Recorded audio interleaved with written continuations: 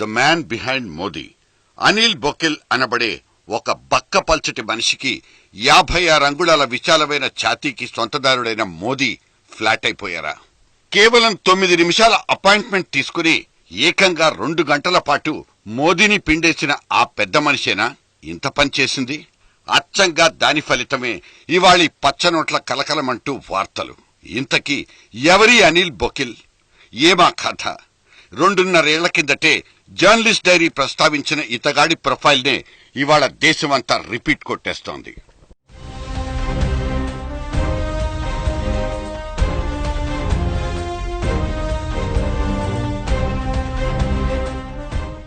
పాత ప్రభుత్వాలు పోయి కొత్త ప్రభుత్వాలు రావడం, అందమైన పేర్లతో సంక్షేమ పథకాల్ని ప్రవేశపెట్టుకోవడం, తీరా వాటికి కావాల్సిన పైసలు లేవంటూ బోరున ఏడ్చుకోవడం 6-7 దశాబ్దాల నుంచి ఇదే ఇక్కడ జరిగిపోతోంది.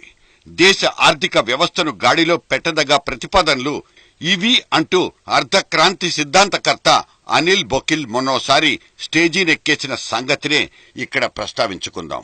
ఇవాళ కేంద్ర రాష్ట్ర ప్రభుత్వాలు జనం మీద 71 రకాల పన్నులు మోపుతున్నా ఖజానాలు ఖాళీగానే ఉండిపోతున్నాయి. లోటు బడ్జెట్ల భూతాలకు జడుచుకుని ప్రభుత్వాన్ని నడపలేక చేతులెత్తేస్తున్న పరిస్థితి. 30% ఆదాయ పన్ను, 14.5% విలువ ఆధారిత పన్ను, ఇంకా సర్వీస్ ట్యాక్స్ అన్నీ గంపగుత్తగా ఎత్తిపారేయాలంటారు అనిల్ బొకిల్. జనం దగ్గర చేతులు మారే ప్రతి పైసాను చట్టబద్ధం చేయడం, బ్యాంకులకు దూరంగా ఎటువంటి లావాదేవీలు జరగకుండా చూడడం, సంవత్సరానికి 2% కనీస పన్ను విధించడం, ఈ ఒక్క 3 పాయింట్ యాక్షన్ ప్లాన్ తోనే పరిపాలన మొత్తాన్ని జనరంజకంగా సాగించుకోవచ్చన్నది ఒక విలువైన సూచన.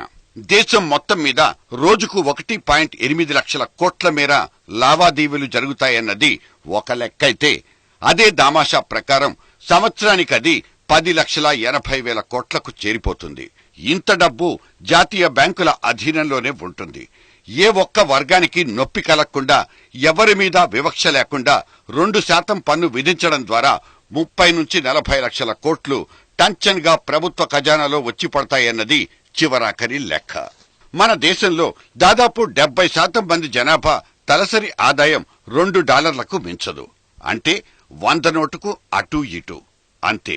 మరి 500, 1000 లాంటి పెద్ద పెద్ద నోట్లతో మనకేం పని? వీటిని ఉన్నపళంగా రద్దుపరచడం అనేది పాలనాపరమైన ఇంకో ఎత్తుగడ. నకిలీ కరెన్సీని అరికట్టడం, నల్ల డబ్బు పెరిగిపోవడం లాంటి జాతీయ విపత్తుల్ని ఈ స్ట్రాటజీతో చిత్తు చేయగలమన్నది ఆర్థికవేత్తలిచ్చిన భరోసా. సంస్కరించుకుందాం రమ్మంటూ పిలుపునిచ్చిన నరేంద్ర మోదీ దేశాన్ని కొత్త పుంతలు తొక్కిస్తానన్న కొండంత విశ్వాసాన్ని కూడా జనం కళ్లలో నింపేశారు. పరిపాలనలో పాత వాసనల్ని పోగొట్టుకుని కొంచెం ఓపిక చేసుకుని ఇటువంటి ర్యాపిడ్ యాక్షన్ ప్లాన్స్ ని అమల్లోకి తీసుకుంటే మంచిదన్నది అర్ధక్రాంతి లాంటి ఆర్థిక ఆశావాదుల వినతి. చిదిమిపోతున్న తమ బతుకుల్ని వెలిగిస్తాడన్న కోటి ఆశల మధ్య ఢిల్లీ కుర్చీనెక్కిన మోదీ సరికొత్త సూర్యోదయాన్ని చూస్తారంటూ జనం చేతిలో చెయ్యేసి చెప్పేశారు కూడా. ఇవాళీ 2 పెద్ద పెద్ద నోట్లను పకోడీ పట్లాలు కట్టుకోమంటూ పురమాయించడం మోదీ పాల్పడ్డ గొప్ప సాహసం కిందే లెక్క. దీంతో కలిగే ఇబ్బందులన్నీ తాత్కాలికమేనంటూ ఆర్థిక మంత్రి అరుణ్ జైట్లీ పూటకోసారి మైకుల ముందుకొచ్చి దండోరా వేస్తూనే ఉన్నారు. అయితే ఈ డిమానిటైజేషన్ అనబడే భారీ సంస్కరణతో భారీ సైజు ఫలాలే దొరుకుతాయన్న భరోసాలైతే ఆ జైట్లీ మాటల్లో దొరకడం లేదన్నది నిజం.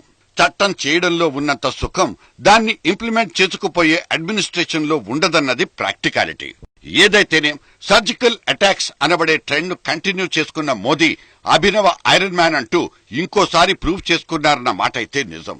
దేశానికి ఇటువంటి ప్రధానమంత్రి కావాలంటూ ఒక వర్గం నుంచి ప్రశంసా పత్రాలు ప్రింట్ అయిపోతుంటే, ఇంకో వైపు మింగా లేక కక్కా లేక నక్కి కూర్చోడం అపోజిషన్ పార్టీలది. All credit goes to Anil Bokil అనుకోవచ్చా? ఆర్ఎస్ఎస్ సిద్ధాంతకర్తల్లో ఒకరైన అనిల్ బొకిల్ తన ఎకనామిక్స్ ల్యాబొరేటరీలో తయారైన 5 పాయింట్ ఫార్ములాను మోదీ ముందు పెట్టేశారు.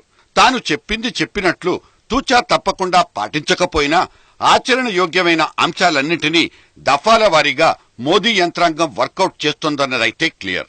ఇప్పుడీ పెద్ద నోట్ల విధ్వంసం కనుక గొప్పగా అమలైతే నల్లడబ్బు, తీవ్రవాదంతో పాటు కిడ్నాపింగ్, సుపారీ కిల్లింగ్స్ లాంటివి కూడా నిర్మూలించుకోవచ్చు. 100 నోట్ల మీద కూడా కత్తెరేస్తే 100% అవినీతి నిర్మూలన ఖాయమన్నది చివరాఖరి బోనస్ పాయింట్.